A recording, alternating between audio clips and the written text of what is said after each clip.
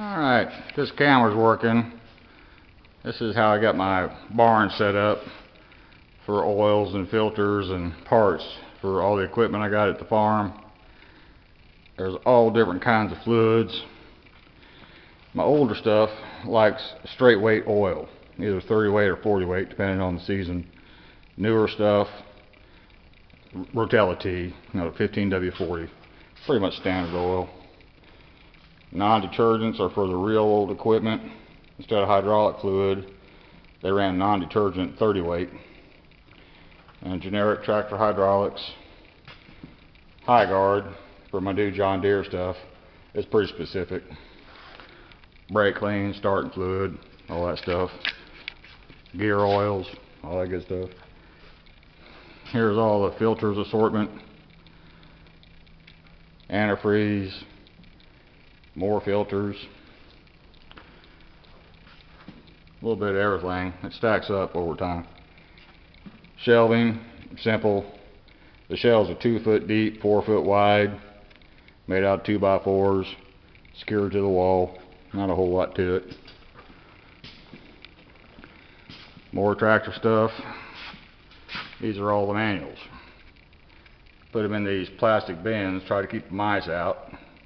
Barn's dry, don't have to worry about that. Spare oil cooler for John Deere backhoe. Assorted wiring and such.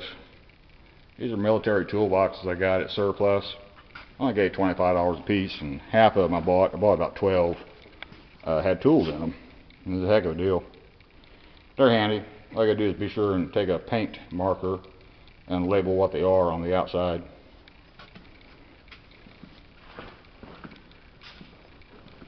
And it carries on over here.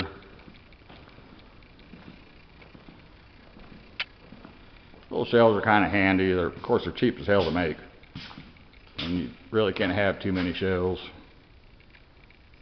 And electrical stuff.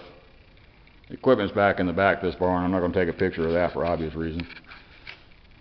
Barn's fairly new. It's about a year and a half old. This is what they call a pole barn in East Texas. 8x8 posts into the ground, 3 foot, cemented in. 2x8 runners, trusses. I did a quick wiring job for lights and a couple of electrical outlets, nothing major. Convenience plug down here. This winter, the plan is to go ahead and finish wiring this thing up with a lot more outlets. Now, oils and filters. I've got redundancy of everything. Round trip to town is 60 miles. So if I buy one filter, I pick up 2. If I buy 6 gallons of oil, I pick up 12. That way when I'm up here, I don't have to stop what I'm doing and make, basically a 2-hour trip to go get a gallon of oil or an oil filter for one of these tractors.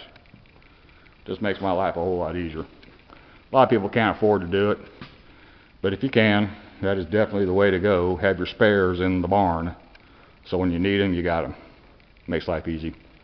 Waste oil goes in a 55-gallon drum. These little barrel funnels are dirt cheap on Amazon.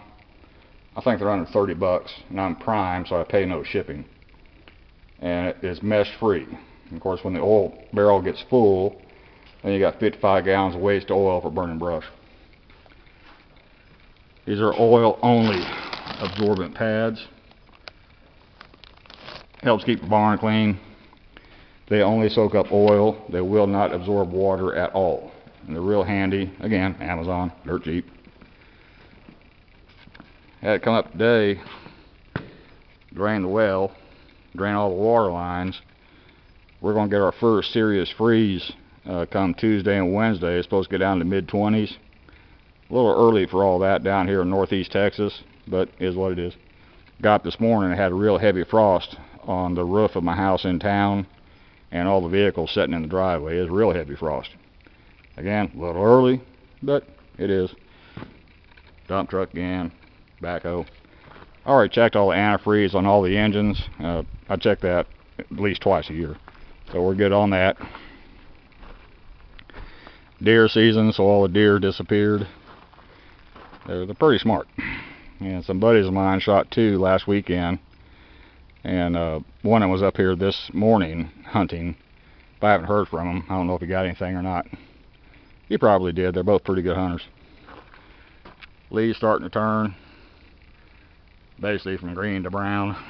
Got a little bit of color change, but not much. And that's about it for the day. I'll get home and try and get this thing posted and take it from there. Have more repairs on the F250, that 99 model, turn into a weekend camper. I'll get some more video of it up.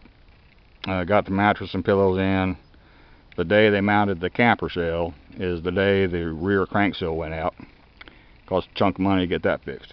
But anyway, I'll shoot more video, post that too. Click to subscribe and leave comments. I like to hear from people. And I hope everybody has a good day. Thank you.